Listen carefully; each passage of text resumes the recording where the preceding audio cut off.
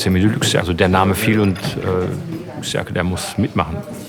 Es hatte gleich so eine sehr klare und gute Ebene.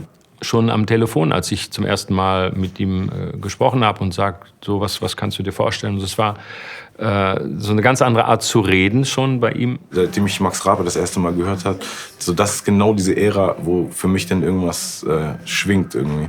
Und ich glaube, das ist auch, weil es eben so eine Vorkriegszeit ist. Ich glaube, da war Deutschland auch irgendwie anders und ziemlich weltoffen und irgendwie ein cooles Land, was Kultur und Einflüsse zugelassen hat. Mein Schlaf ist Meditation und Medikament. Mein Hausarzt, ich bin der nächste Patient. Für ihn cancel ich jedes Presseevent. Anstatt über einen roten Teppich zu rennen, verweile ich lieber im Bett und ich penne. Und dafür bitte eine Fanfare vom Blechinstrument.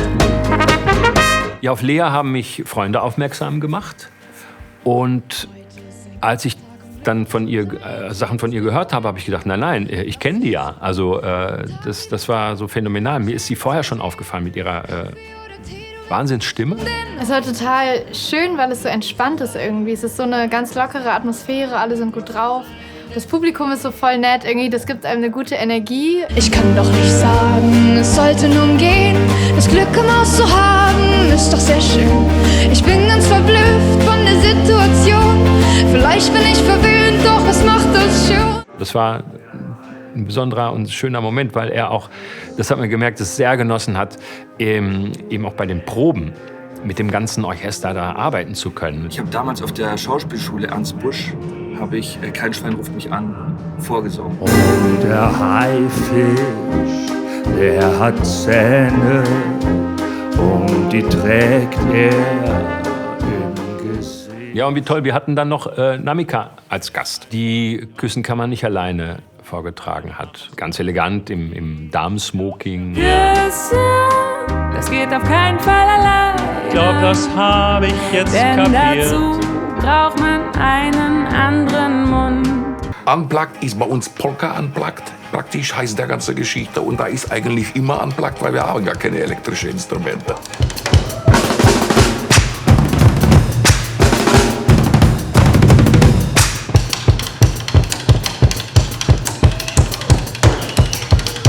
Herr Rabowski, haben Sie eigentlich schon über Ihre polnische Herkunft erzählt? Nein. Aus Piskowice.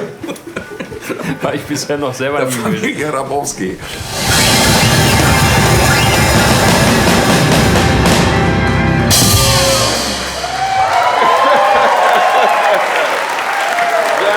Ich habe ihn gefragt, ob er kommt. Und dann war er schließlich da. Gut, wenn du das da unten. Ja, ich muss sagen, ich mochte den schon immer. Ich mag den halt, weil der was ganz Eigenes geschaffen hat. Man guckt ihm gerne in die Augen und er hat so eine ganz liebevolle Art und bleibt dabei aber trotzdem immer dezent und fein und ja, hat so was ganz, ganz Liebevolles und Feines.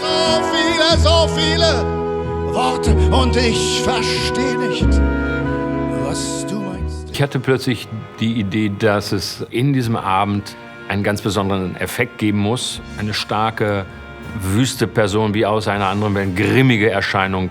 Und was ist grimmiger und wüster als Lordi? When I was asked to do this, I was like, this is gonna be pretty interesting. Because, I mean, I come from the world of hard rock, heavy metal, if you will. And this is quite far away from that. Lordi. Was wird er jetzt tun? Beholt er alles zusammen? Nein. Er wird auf einmal ganz still und singt Just a Gigolo. Just a gigolo. Everywhere I go, people know the part I'm playing.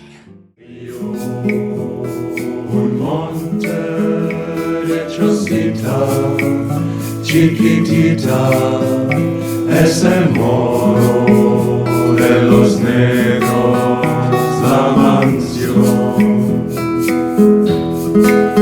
Es tan humilde, tan desgraciada y tan sencilla, ni siquiera una capilla da lo mismo para rezar. Quiero ser viva cerca del cielo y con piedad.